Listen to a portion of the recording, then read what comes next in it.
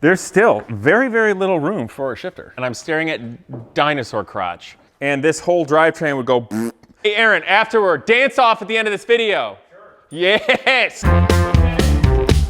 Oh, man. I think we're canceled.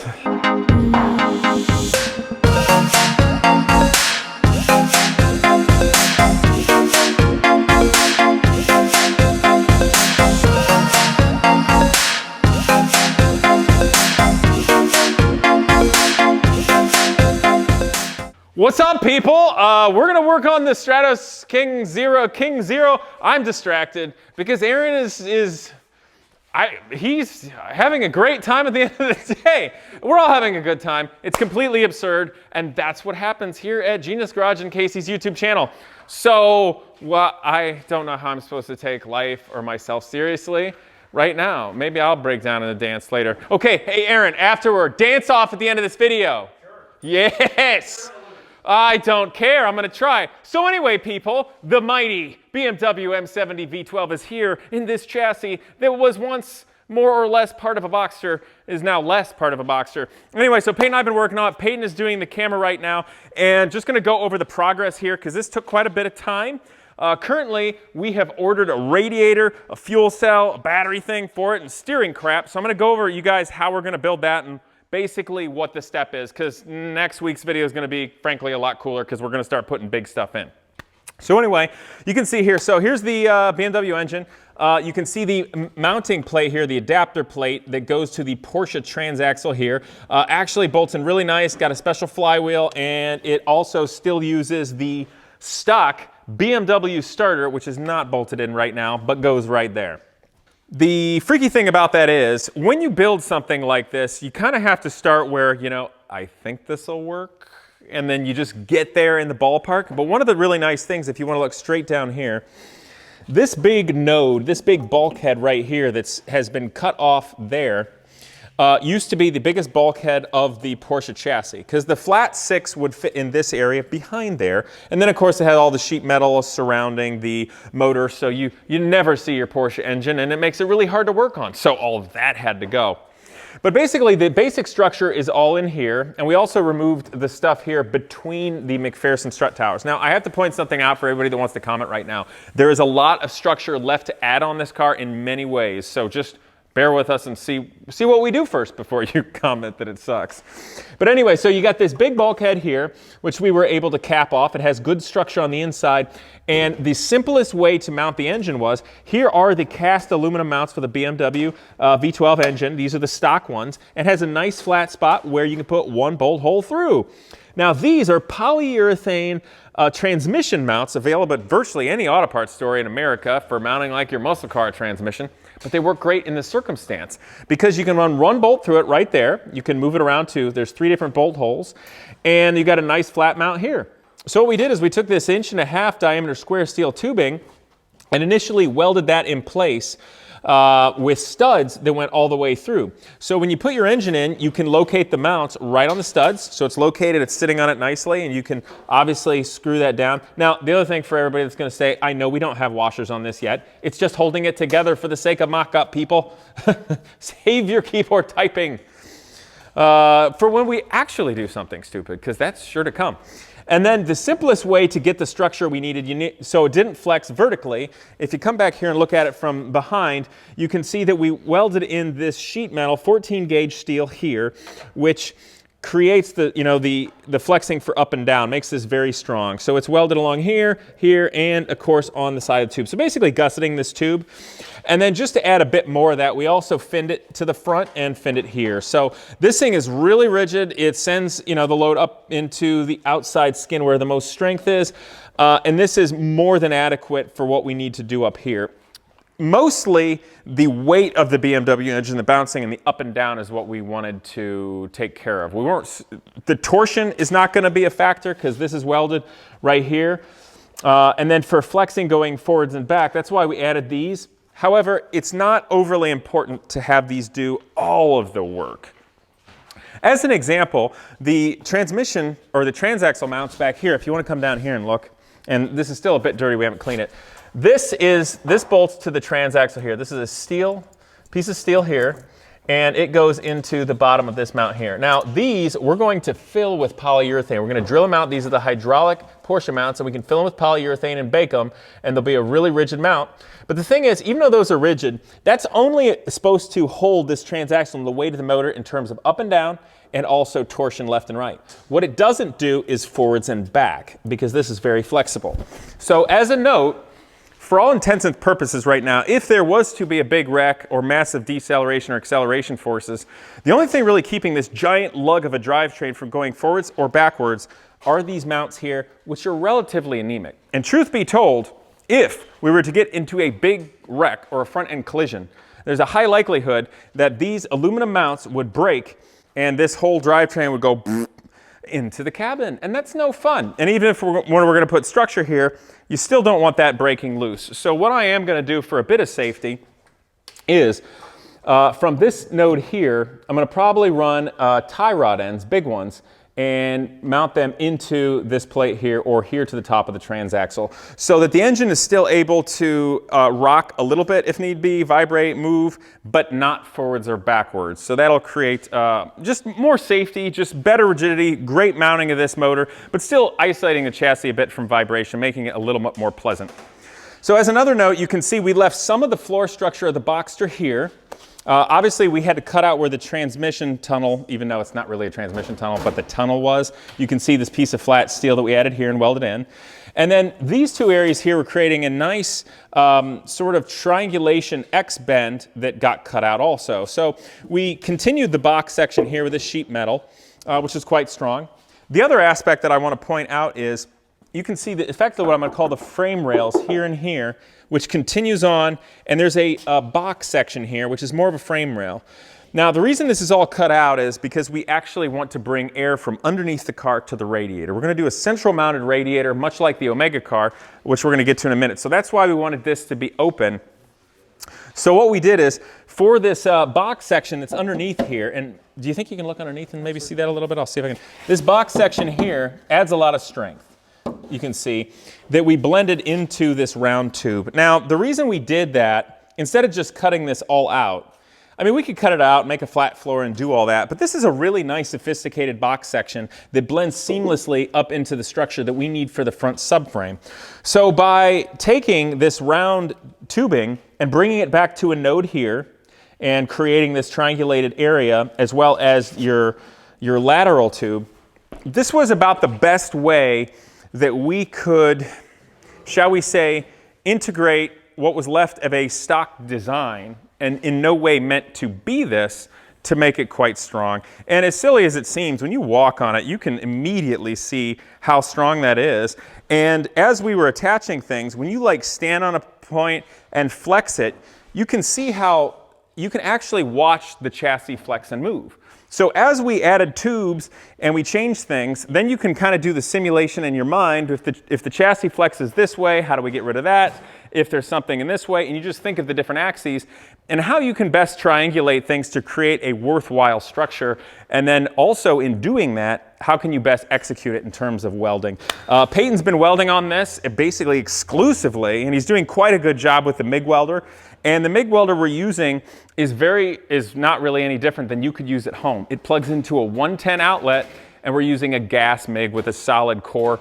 Peyton, we're using 030 right now or 026? We're using 030. 030. It's great all around. You can do everything from exhaust tubing to 1/8-inch steel tubing, etc., and build a car. I know so because I've done it. But anyway, this is really nice. So let's talk about the radiator and the fuel cell and whatnot. Now, as you guys know, the Strato Zero, you sit in very strangely. And we're going to have to section out some of this because my leg will be there. But basically, the pedals are going to end up being right about here, up a little high. Your butt will sit down approximately in this area, and this will be the driving position, like maybe down a little bit more, like right here, okay? So a few things. One, with the driving position here, that means the back of the cockpit area is going to be approximately right here. So what we're actually going to do is we're going to put the radiator in the front of the motor, similar to the way it was in the other car. Now, there's going to be issues with this, I'll be honest, because this concept car was a concept. It was art. It was supposed to be avant-garde. And the original, the smaller one, had a tiny engine, had a Lancia Fulvia engine in it, and it actually had the radiators in the rear, which there's issues with that for airflow. It can work, but unless you're bringing in dead cool air and not around the motor, it's not ideal, okay? You can put the radiators back there, but I didn't really want to go that route. And the other thing about the original one is it would draw the air in from the top to bring it lower, and the air that was drawing in from the top was already on a downslope, so it's really not great in an aerodynamic direction. So by us compromising a bit and putting the radiator in the middle, we'll be able to draw the air from underneath the car with a bit of a sweep up. Now, truthfully, this thing's going to have to run with fans, more so than just traffic. It'll be perfectly fine, and you'll get the airflow.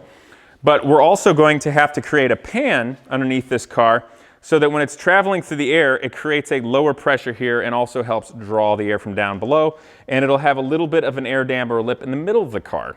And we may try to channel a little extra from the front depending. But that's basically the direction it's going to go. So the radiator will come in at a bit of an angle.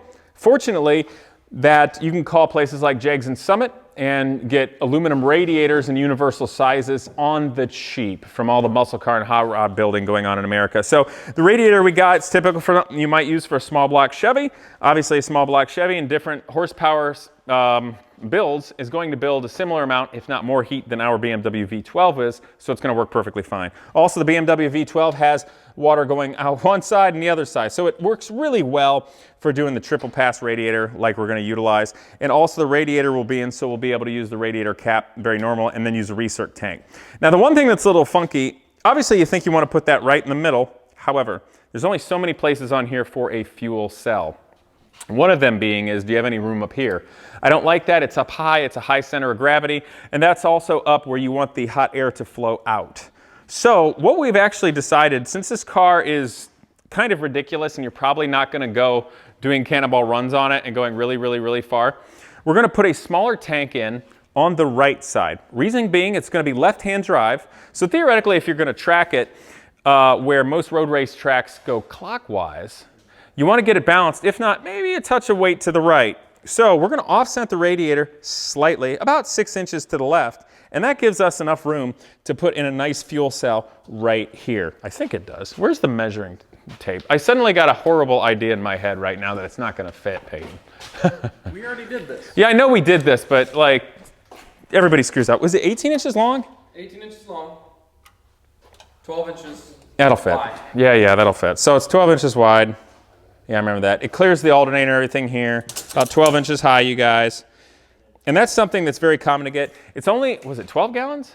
Yes. It's a little low, but if you think about it this way, guys, so if you're full, and let's say it only gets 10 miles to the gallon, which it'll do better, you still got to drive 100 miles before you're going to want to start getting fuel, and that's an hour and a half in the car, and you're probably getting tired of driving it. So it's not that big a thing. So we're going to put one fuel cell on one side. It'll be easy to fill up, and the radiator will be here. Then it gives us the opportunity to where we're going to place the battery for weight distribution. There's a high likelihood that we're going to put it in this area because that'll be right under your knees. I think there's just enough room. If we don't do that, we'll have basically like a glove box under the seat right there. We might not put it there. We may end up taking the battery and frankly putting it in right here. I think we're going to have plenty of room with the nature of the radiator being over. But the thing that's nice about that is it's just fun to be able to conceptualize this and think how is it going to work. Because it's not just about building the body. It's not just about doing that. You know, we have to create a worthwhile structure. We have to think, how is the drivetrain going to work? Do we have enough room? Obviously, you guys can see there's a load of room in here for making tubular headers or quad turbos someday, or just putting on the exhaust and again, go in that direction. So this took quite a bit of doing, but this is the first major stage of having a proper, just worthwhile chassis. Now from here, the big next thing is I got to do a little work on the motor, got to clean it up, going to reseal some things. And we've got our clutch just behind us that I got to put in. Actually, the pressure plate took a while. Well, we had the pressure plate, but the friction disc took a while to get. Is it underneath there? Underneath, yeah, in the box. Oh, it's in the box? Oh, yeah, it is. It's kind of stuck in there. Okay, well, anyway, there's the clutch stuff. So that's got to go back on, and we'll be putting it back in after I clean up kind of for the final time. That's also an opportunity to clean it off, once again, really well when it's not in the car. But we'll keep going from there. It's just a tip. So the paint on here, you know, everybody gets way over the top when they think of like massive $500,000 Pebble Beach restorations. Whoa. Let me be honest. Do you really think in Italy in the 50s, 60s, and 70s when they were making super sweet cars at places like Bertone, Ferrari, or Lamborghini, they did everything really nice? Heck no! That's the reason why if you work on old Ferraris like that, you can still find pieces of MIG wire from where they were handmade. So anyway, I'm just saying the world, when you guys are building a car like this, I typically just use a satin black Rust-Oleum or Krylon. If it's a little bit better quality, you just clean it up, maybe wipe some brake cleaner on it so it doesn't have impurities on it, and you just go to town. It lasts quite nicely, it works well, it's relatively lightweight, and it's a good look.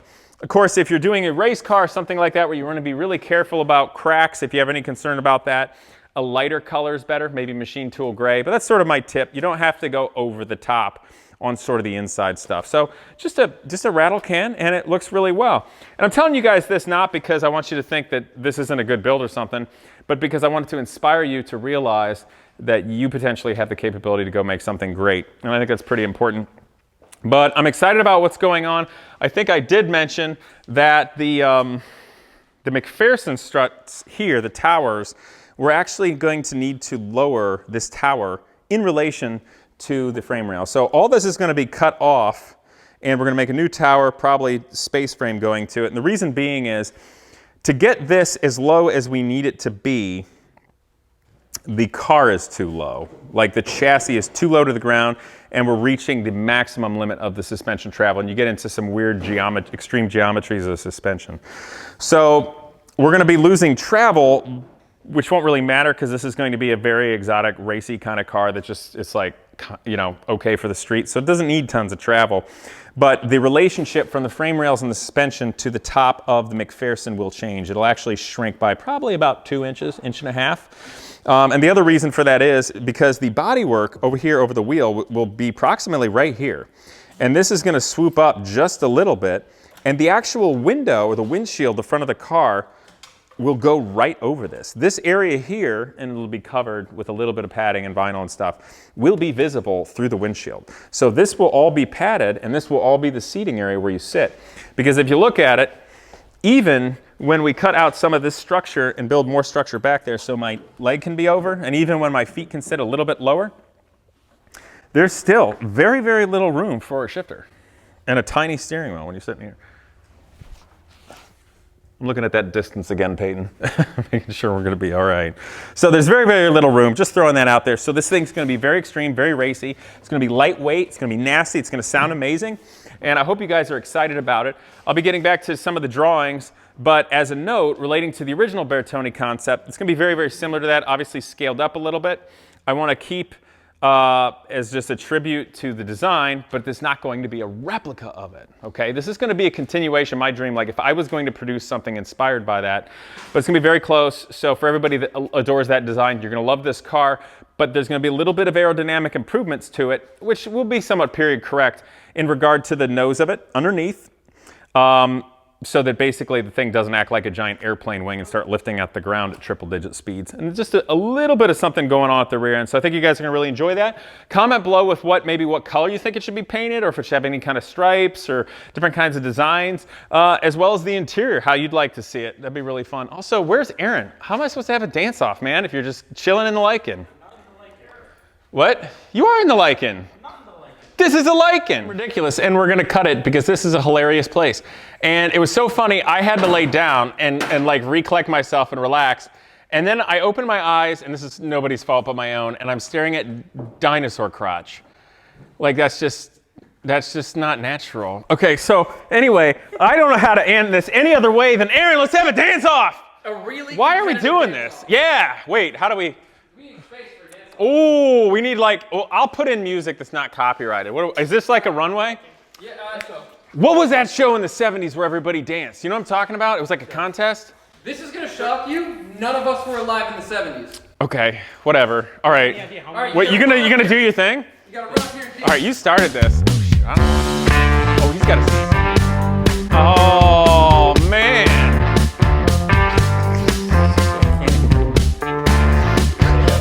I gotta loosen up. I don't need... Hey man, what's your... You're just...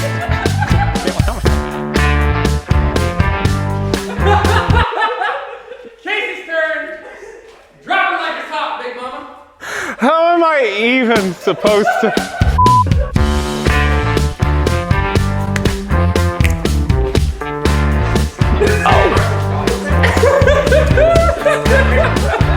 I'm gonna go now because I think I'm losing. Casey, what was that funny show? The Whitest Kids You Know?